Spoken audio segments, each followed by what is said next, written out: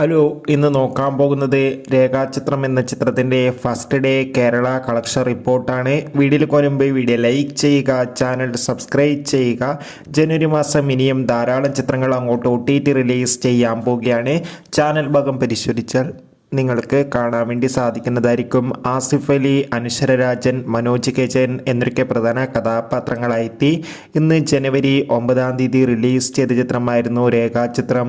എല്ലാ സിനിമാ പ്രേമികളും ഒരേപോലെയായിരുന്നു സിനിമയുടെ റിലീസിനായി കാത്തിരുന്നത്. അങ്ങനെ കാത്തിരിപ്പിനുള്ളിൽ മികച്ചൊരു പോസിറ്റീവ് റെസ്പോൺസാണ് ഇപ്പോൾ പുറത്തുകൊണ്ടിരിക്കുന്നത്. ഏവരും ഏറെ ആകാംക്ഷയോടെയാണ് ചിത്രത്തിൻ്റെ കളക്ഷൻ റിപ്പോർട്ട് അറിയാൻ വേണ്ടി കാത്തിരിക്കുന്നത്.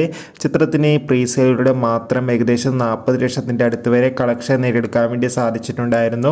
ഇപ്പോൾ ഇതാ ചിത്രത്തിന് ആദ്യ ദിവസം മികച്ചൊരു പോസിറ്റീവ് റെസ്പോൺസ് വന്നതുകൊണ്ട് തന്നെ മികച്ചൊരു ബുക്കിംഗ് ആണ് എല്ലാ തിയേറ്ററുകളിലും നടക്കുന്നത്. അതുകൊണ്ട് തന്നെ ആദ്യ ദിനം ചിത്രം ഏകദേശം 2 കോടിക്ക് അടുത്ത് വരെ കളക്ഷൻ സ്വന്തമാക്കുമെന്നാണ് ട്രാക്കിംഗ് റിപ്പോർട്ടുകൾ സൂചിപ്പിക്കുന്നത്. എന്തായാലും ചിത്രത്തിൻ്റെ കൂടുതൽ റെസ്പോൺസിനായി നമുക്ക് കാത്തിരിക്കാം. ചിത്രം കണ്ടവരുടെ അഭിപ്രായം കമൻറ്റ് ചെയ്യാൻ വേണ്ടി ശ്രമിക്കുക.